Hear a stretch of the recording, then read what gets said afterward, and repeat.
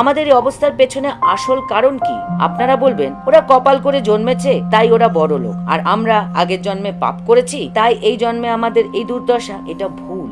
ওরাই এই কথাগুলো বোঝায়। ওদের যে এত সম্পদ সেটা কিন্তু শ্রম দিয়ে অর্জন করেনি। ওদের সম্পদ বেড়েছে তিনটে কারণে। এক, উৎপাদন করা সমস্ত জিনিসগুলোর মালিকানা ওদের হাতে, আর আপনাদের সম্বল শুধুই গতরটুকু। তাই বেঁচে থাকার জন্য আপনাদের ওদের কাছে যেতেই হবে গতর বিক্রি করতে, আর সেটাই হলো ওদের সুযোগ আপনাদের শ্রম শোষণ করার। দুই, বাজারের ওপর এই বড় পুঁজিপতিদের একচেটিয়া দখলদারির কারণে ওরা 5 টাকা খরচা করে সেই মালটা 20 টাকায় বিক্রি করে বহু গুণ লাভ করে। তিন, সরকারগুলোকে নানাভাবে কাজে লাগিয়ে, যেমন কর ছাড়, ব্যাংক লোন নিয়ে সেটা শোধ না করা ইত্যাদি, ওরা মুনাফা করে। একবার ভাবুন, পরিবারের সবচেয়ে ক্ষমতাবান যদি সবাইকে ঠকিয়ে সমস্ত সম্পত্তি আত্মসাৎ করে নেয়, তখন বাকিদের খাবার জুটবে? এরকম হলে আপনারা কি করেন? ক্ষমতাবানের ওপর চাপ তৈরি করে সম্পত্তি ভাগাভাগি করেন, তাই না?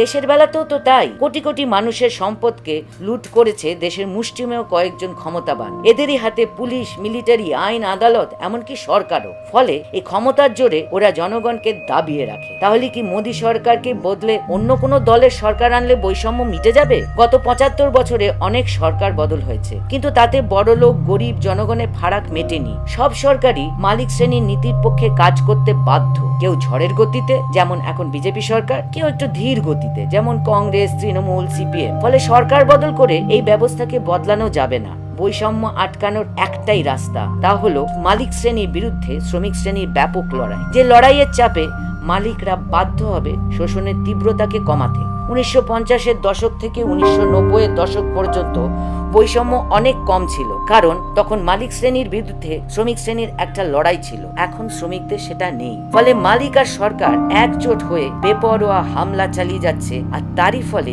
গরিব বড়লোকের বৈষম্য আসমান জমিন ফারাক ছুঁয়েছে। কিন্তু শুধু বৈষম্য কমানোই তো লক্ষ্য হতে পারে না, বৈষম্যের শেষ করতে হবে। যতদিন পুঁজিপতি মালিকদের শোষণ চালানোর ক্ষমতা থাকবে, ততদিন আরো বেশি করে বৈষম্য বাড়বেই।